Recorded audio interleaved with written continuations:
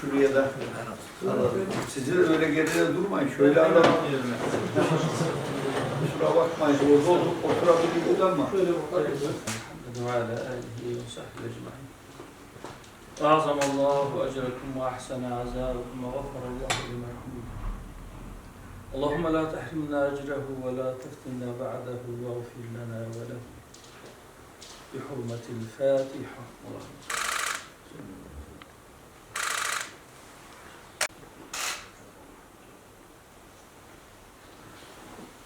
Bakmışız. Görünüşte de o hiç fazla vermedi. Evet.